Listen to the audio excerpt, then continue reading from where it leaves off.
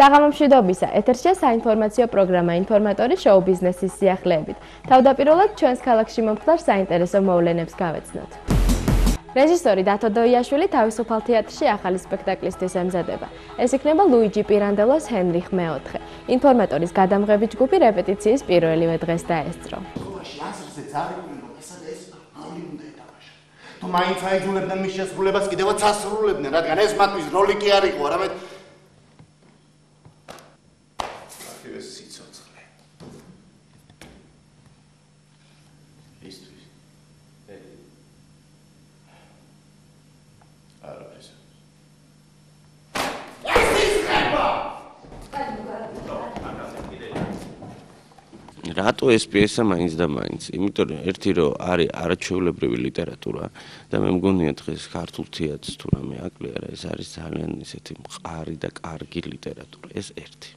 მეორე, იმიტომ რომ ეს არის პრობლემა, რომელიც ამ შემთხვევაში ჩემთვისაც ძალიან აქტუალურია და მე მგონია რომ ყველა ასაკისთვის დაწყებული იგივე თინეიჯერებიდან დამთავრებული იმ ადამიანებამდე, რომლებმაც გარკვეული ცხოვრება გავლეს, მათთვისაც ეს ძალიან პრობლემატური და აქტუალური საკითხია, როდესაც გინდა თუ არ გინდა ცხოვრება გითხრებს ისეთ მორევში, რომ ვალდებული ხარ თავდაცვის გამო, თუ არა თავდაცვის გამო, თუ რაღაცის გამო, გარკვეული მიზეზის გამო მოირგო გარკვეული ნიღაბი და საზოგადოებაში აი ამ ნიღბით დაიმკვიდრო შენი ადგილი.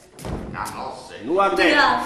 ეს არის ბრძოლა ეკლესიასა და სახელმწიფოს შორის. იმპერატორი პაპის წინააღმდეგ.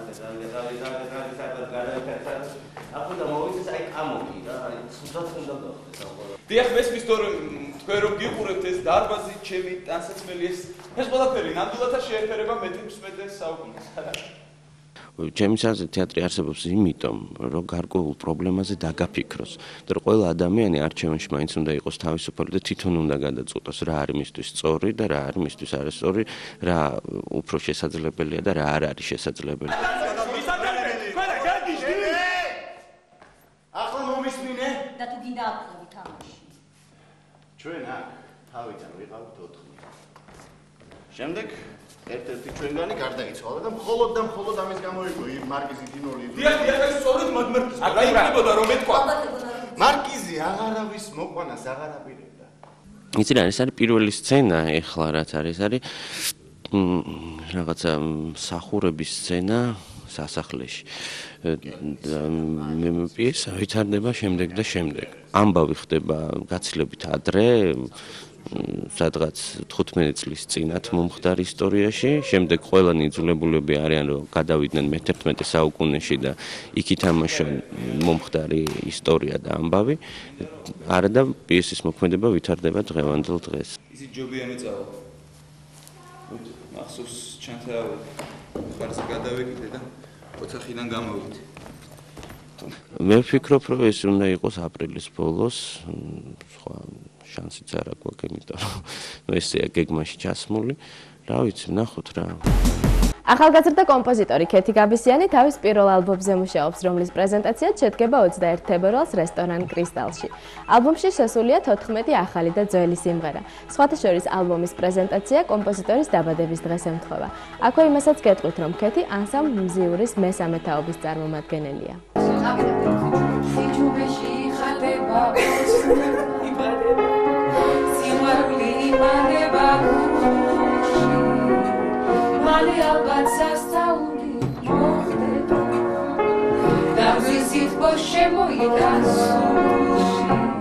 მუსიკა ჩემი მხოლოდ ცხადია, მე ტექსტებს არ ვწერ. ხშირ შემთხვევაში ჩემი დის ლექსებს ვიყენებ. დამზისით πως შემოიდან სულში სიბნელეში გარიდულა ქალაქი. შემდეგ მზიური იყო, რომელიც ჩემთვის ძალიან დიდი სკოლაა. ჩემს ქალაქში ასე ხდება ოცნება და ბავშვობა გვილამაზებს დღეს. მე შემილია ხა შეიძლება ცოტა უხეში შედარება გამომდის, მაგრამ აი ზუსტად ვიცი რა არის ჩემთვის შვილი და რამხელა სიყვარული დევს ჩემი შვილების მიმართ. აი ესეთი დამოკიდებულება მაქვს ჩემს სიმღერებთან. აი მიყვარს ვუფრთხილდები და რაღაცა ამიტომ ზუსტად ვიცი ხოლმე რა სიმღერა ვის მივცე. აი ძალიან ფრთხილად ვაკეთებ აი ამ პროცესს.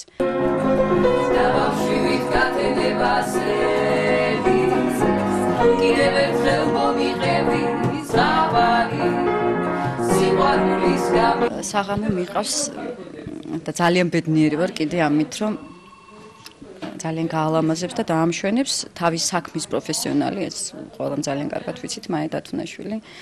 დიდი მადლობა მინდა უთხრა მას.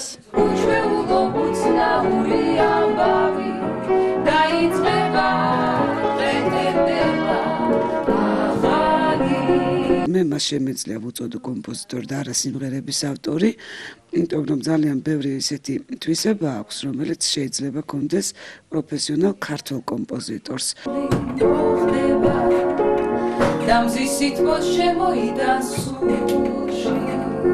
გეძახი შენ. ეძღვნება ჩემს მეუღლეს.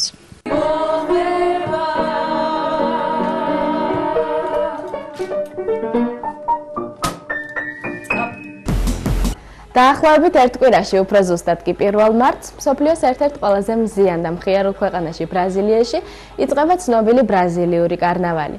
იმისათვის, რომ თქვენც ჩაერთოთ ამ დღესასწაულში, კლუბი ნოა ნოა პირველი სტერეო და სტუდია მაესტრო გთავაზობთ ახალ პროექტს. 1, 2 და 3 მარტს კლუბ ნოა ნოაში მოეწყობა ნოა სამბადრომი, სადაც იქნება საკარნავალო დისკოთეკა, ცოცხალი ბრაზილიური მუსიკა და DJ Crazy. ჩვენ ამ ღონისძიების შესახებ კიდევ არაერთხელ ვისაუბრებთ. ახლა კი ვნახოთ სიუჟეტი კლუბ ნოა ნოადან, სადაც ტრადიციული ხუთშაბათის საღამო გადავიღეთ.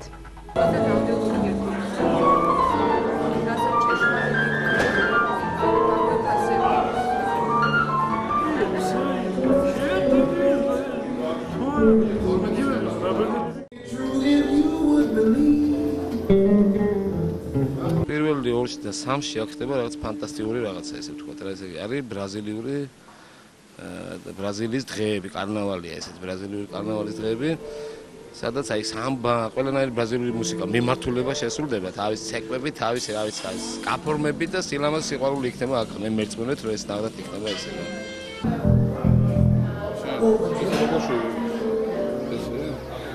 აქვე ჩაიცმამენ თვითონ ვინც შემოვა სტუმარი, რაღაც თავის აქსესუარები იქნება, ჩავაცებთ ლამაზად ფერებში, ბრაზილურ ფერებში და რა ვიცი, იქნება ძალიან კაი საღამო რა, ესე ვთქვათ, საღამოები 3 დღე. ყველაფერთან ამასთან ერთად, რაც თავარია, სასმელი იქნება უფასო. ნუ პრინციპში პარალელურად მიდის, პირველში 2-ში და 3-ში იქაც ბრაზილიაში არის, მოგეხსენებათ, ძალიან დიდი ფესტივალია, ეს ბრაზილიური ფესტივალი, კარნავალი, ესე ვთქვათ. და აქ კიდე ჩვენთან საქართველოში, ესე იგი, კლუბი ნოა ნოა, პირველი სტერეო და მაესტრო აკეთებენ ამ 3 დღიან ბრაზილიურ კარნავალს რა. დავე.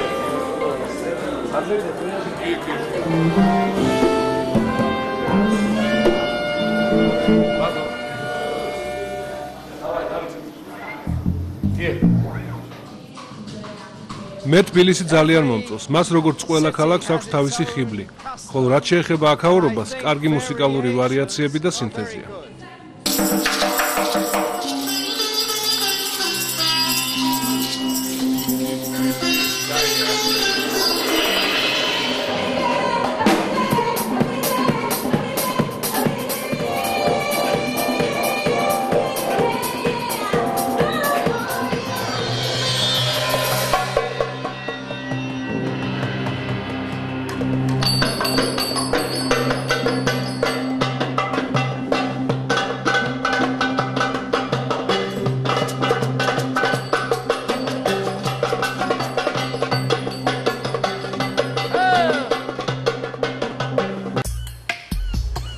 აჭარა მიუზიკლში პრომოუტერ ვანიკო თარხნიშვილს სულ რამდენიმე დღეში ჩამოჰყავს გერმანული ჯგუფი The Fuzz.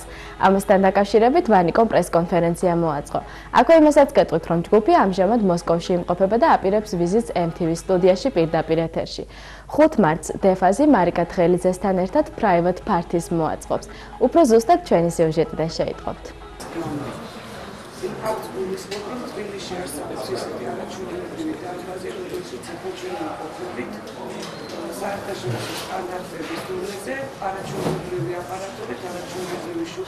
თავიდან იყო ჩაფიქრებული, რომ მარიკა თხელიძისთვის უნდა გაკეთებულიყო აჭარა მიუზიკლში პარტი. მე მქონდა რა სცენარი უკვე მოფიქრებული, რომლისთვისაც გვჭირდებოდა ცოცხალი შესრულების საკლუბო ჯგუფი. და ნუ დაუკავშირეთ ჩვენს მოსკოველ პარტნიორებს, ნუ ვინმე ხო არ გასტროლერობს თქო. და მომივიდა რამოდენიმე ინფორმაცია, ნუ ვაპირებდით გაკეთებას. რამოდენიმე დღეში მირეკავენ იგივე პარტნიორები და გვთავაზობენ დეფას. ნუ პირველი რაც ვიკითხეთ ფასი, იმიტომ რომ ეხლა დეფაზე არის რეიტინგით პირველი და უძვირესია. და გვითხრეს ტურნეს ფასი ფანტასტიკური, რომელზეც აჭარა Music Hall-ის მენეჯმენტთან, ხელმძღვანელობასთან ერთად მივეცეთ იმ წუთშივე თანხმობა, უკვე უსპონსოროთ უარაფროთ, იმიტომ რომ ჩვენთვის ეს არის ძალიან მნიშვნელოვანი და საიმიჯო პროექტი, იმიტომ რომ როცა ჩამოდის, ანუ აქტუალური ვარსკვლავი, ანუ რეიტინგში ლიდერი, ეს არის ძალიან დიდი რენომე, ძალიან დიდი იმიჯი და რეპუტაცია ძალიან სერიოზული არის. და შემდეგ დაიწყება რეპეტიციები Broadway Music-ში, მეფელონში ერიკა შეცნობს სიმბას. სრული შემადგენლობით ჩამოდიან 11-ვე ადამიანი, 11-ვე მონაწილე და ნუ აქ თვითონ ამ კონცერტს ახასიათებს ვიდეო ეფექტები და უკვე შესული არის ეს ინფორმაცია და რაც თავარი არის დიდი ინტერესი არის უცხოური საერთაშორისო მედიის. ჩამოდიან 4 რიცხვში, 4 მარტს. ღამეს ათნებენ თბილისში, მერე 5 მარტს არის უკვე დაგეგმილი კონცერტი აჭარა Music Hall-ში და დილით ადრე მიფრინავენ ისტანბულში, იმიტომ რომ იქ აქვს შემდეგი კონცერტი. ტურნე ეძღვნება დეფაზის ბოლო ალბომის Daily Lamas promotions, მაგრამ იქნე გამომდინარე, რომ ჩვენი შოუ ბიზნესის ბაზარი უფრო კონცენტრირებული არის კონცერტებზე და არა კომპაქტ დისკების შეძენაზე. ჩვენ ვთხოვეთ, რომ 30% მაინც რომ ძველი ჰიტები, ანუ ჩვენთვის ნაცნობი ჰიტები შეასრულონ და აქნე გამომდინარე 2 საათნახევრიან პროგრამაზე მოვილაპარაკეთ, რაც ძალიან დიდი მიღწევა არის. ის რაც 5 მარტს ჩატარდება აჭარა Music Hall-ში, ეს იქნება ჩემთვის სიურპრიზი, რომელიც გამიკეთება ნიკო თარხნიშვილმა და აჭარა Music Hall-მა. ნახოთ რა იქნება. კეთა თოფურია სპეციალური მიწოვით სანქტ-პეტერბურგში იმყოფება, სადაც როგორც შევიტყვეთ, საკმაოდ სერიოზულ პროექტებში მონაწილეობს. ისეთ შევიტყვეთ, რომ სულ მალე მისი ვებსაიტიც გაიხსნება. სიუჟეტს ამ პროექტების შესახებ კეთას ჩამოსვლისთანავე შემოგთავაზებთ. როგორც იცით, ყოველ წელს იმართება ქართული მუსიკალური ფესტივალი მეგა. მისმა ორგანიზატორმა ბესიკ ჩუბინიძემ წინა საფესტივალო პრეს-კონფერენცია მოაწყო. მეოთხე ფესტივალი ამჯერადაც აპრილში ფილარმონიის დიდ საკონცერტო დარბაზში გაიმართება. დათო ოძელაშვილის სახელობის პირველი მეგა გადაეცეს ნიკა მემანიშვილს. ეს ჩემი პირადი აზრია და ჩვენ ჩამოვაყალიბოთ, დავაფიქსიროთ ის 5 ეული, ისე შეიძლება ჩემი აზრით. რატომაც არა შეიძლება მაგის ვისაუბროთ, აქ რომ თქვა და თავისი საქმიდან პროფესიონალი უთავებუხული. მას საკუთარი ბენდი აქვს და თვითონაც წინვალით ასრულებს და უძღვება თავის საშეშინებელს. მიღებული კანდიდატურა შეიძლება დასახელდეს წლის საუკეთესო საკონცერტო წამყვანი. მიუხედავად